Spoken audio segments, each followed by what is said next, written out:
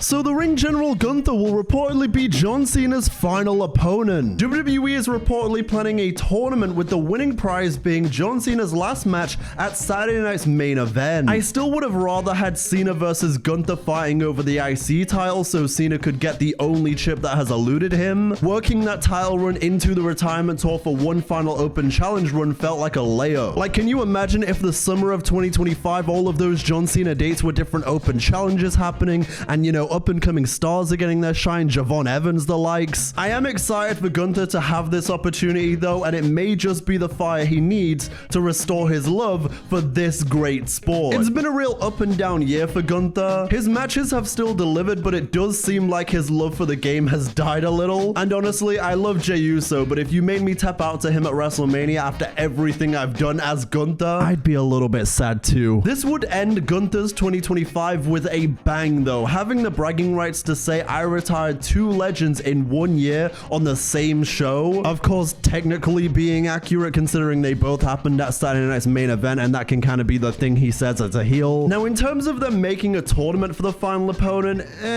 feels like lazy booking to me, but hey, back in 2013 they did something similar for Taker's streak match at WrestleMania, and it gave us cinema with CM Punk. So, much like is commonplace in WWE nowadays, the road to the end product may be messy, but oftentimes I find myself liking the end product. So let me know in the comments below, who do you want to be John Cena's final opponent? Who do you want to see? Then, we've had a lot of fallout from Andrade's WWE departure in the last week. Most notably, Andrade returning to AEW.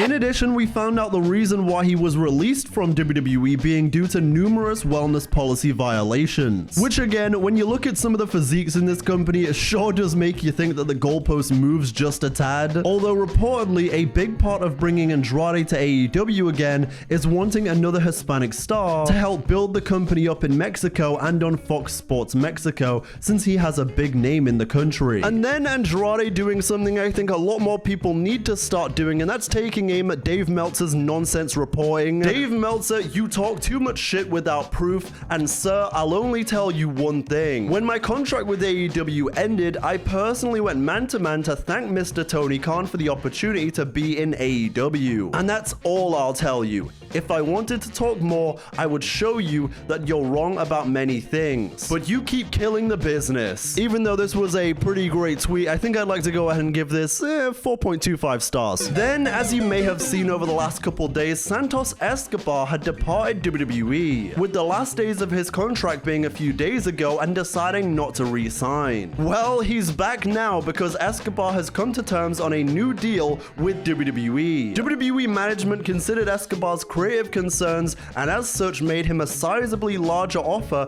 than any of their previous overtures. In all honesty, I hope this means big things in the future for Santos. I thought his initial run in NXT was tremendous, and the way he's been treated on main roster just doesn't equate to the kind of talent they have with him. Keep your business out of Legado's business, and everything is okay. So fingers crossed, this means he will be positioned as a more serious contender going forward, because his vignettes alongside Garza and Humberto this past summer were some of my favorites. In the hours that Santos was out of WWE, Booker T had some nice things to say about him. I get it. Yeah. You know, I get it. Honestly, I do. Sometimes, man, you know, being in the WWE, and I think he's been there, what, 6 years? Yeah, at least. That's 6 years, sometimes, you know, away from your life, you know. So to be able to take a step out of it, I understand totally, because at the top of my career in WWE as King Booker, I walked away from it. You know what I mean? Just because I was tired and it was taxing being away from the family. So I get, you know, Santos Escobar, he's going to always be making money in this business. So leaving WWE, I don't think it's going to hurt that guy at all. So big ups to Santos for taking a step back. Then, in very exciting news, there are reportedly big plans expected for Lyra Valkyria heading into 2026. Which is cool because I feel like Lyra has really been on a stride the majority of her main roster career. She's already been placed in high standing by being in the finals of the Queen of the Ring tournament in 2024 and as the first women's Intercontinental Champion. And if I were to position someone to beat Stephanie Vaquer that wasn't maybe Asuka, Rhea, or a returning Naomi next year, I do genuinely believe that Lyra is about ready to step into that main event scene. Her work with Bayley lately through her facial reactions and her mix between Danielson level graps and incredible comedy is really special. I think in years to come we're going to be looking at special feuds between her and Roxanne Perez for sure. Many people lately have talked about WWE becoming boring and repetitive, and I saw this video that I wanted to share of someone speaking about just that, about how boring and repetitive WWE has become, because bro is spitting facts. Is it just me or is WWE starting to get boring? I don't know. I just don't care for it anymore. Like, NXT is fire, but Raw and SmackDown, I just don't care for the storyline. I don't care anymore. The only thing that's keeping me watching WWE right now is John Cena Farewell Tour. I don't know. After WrestleMania, it just seems so, like, dead. I don't know what it is. I feel like the old Survivor Series should come back. I do also feel instead of TNA just going for NXT, they should have went for Raw or SmackDown. Shake it up a little bit. I feel like every week it's the same thing between the same people in the same roster. We get the same champions, the same rotation of storylines, the same tag teams, the same everything. And I know people going to be like, yo, you probably just complaining, but go look at the last like 5 weeks. The last 5 weeks, look at the last 3 PLEs. It's the same thing, the same people, the same competitions. Like, tell me why Michin is still going for the U.S. Championship right now. She's been chasing that ever since Chelsea Green. I just feel like WWE is relying too much on their veterans right now, and it's becoming repetitive. Poor Michin catching strays, but it's true. Listen, as someone that started reviewing weekly shows pretty much the week before WrestleMania, I've lived all of this. And also, you could argue that I am part of the problem and I am the curse, but hey, anyway. I always try to keep as positive as possible about it because I don't want to come on here and be like certain creators. It's not healthy for your soul if you complain all the time about life in general, but especially about pro wrestling. Because yes, there is a lot that you can critique, and it is always obvious more to point that out, but also there's a lot of good in here as well that should also be pointed out. I know as humans, sometimes our brains are prone to focusing on the negative, and that comes with everything in life. And equally, you gotta be a realist sometimes, and the reality is WWE is repetitive right now. I've spoken before about how the run from WrestleMania to SummerSlam was the same rotation on Monday Night Raw of The Vision and those couple guys like CM Punk and Jey Uso and LA Knight, with the odd sprinkling of Roman Reigns every now and again in the mix since WrestleMania. And I think right now the only thing that WWE can do to fix this problem is 1, hire more creative, better writers, and 2, I think we are long overdue a WWE draft. Then, in amazing finally news, Rajah Jackson is set to be charged with 1 count of felony battery that caused serious bodily injury and 1 count of misdemeanor battery following his beatdown on pro wrestler Psycho Stu. To which I go ahead and say, thank God, and deservedly so. But also, how this took so long really speaks to the system in play, because there's no way it should have taken 2 months. We had the entire crime from start to finish documented on stream, with motives, attack, aftermath in 1080p at minimum. How can you not LA Noir this bitch after that? Then, speaking of teams, Penta was asked about the possibility of reuniting with Rey Fenix. I love my brother. I love Lucha Bros.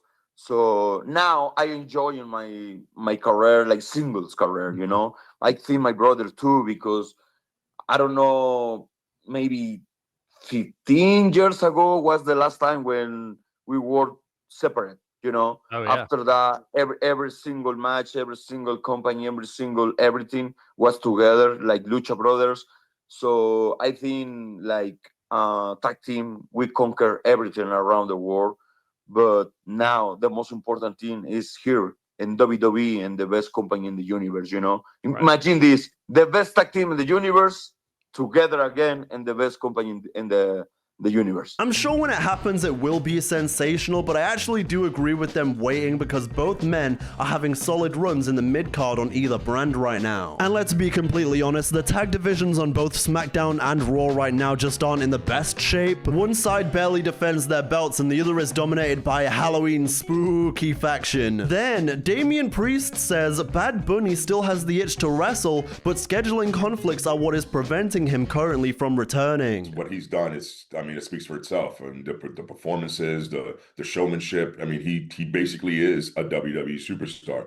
And as far as any chance, I mean, especially in this business, never say never. And I've talked to him about it, and it's just scheduling because obviously he has a lot going on, but he still has that itch. He loves our business, you know, and he's had more than enough time to recover since our match. So he's ready to come. I say bring back Bad Bunny the second he's ready and able to. Although given that he's going to be performing at the Super Bowl in 2026, he's probably going to be busy for a while. Here's one random match I'd love to throw out because I think it could be amazing. Chad Gable versus Bad Bunny. Now, let me cook. The entertainment value and promo of Gable with his stellar in-ring Olympian work mixed with Bad Bunny's surprising skill set could be incredible. Plus, it does feel like upon Bad Bunny's return, he would need another mouthy heel to play off because I don't think Bad Bunny's going to be a heel himself, so why not Gable? Then, I have to end the show today by talking briefly about TNA NXT Showdown last night. We had the Hardy Boys picking up the NXT Tag Team Championships against Dark State. That's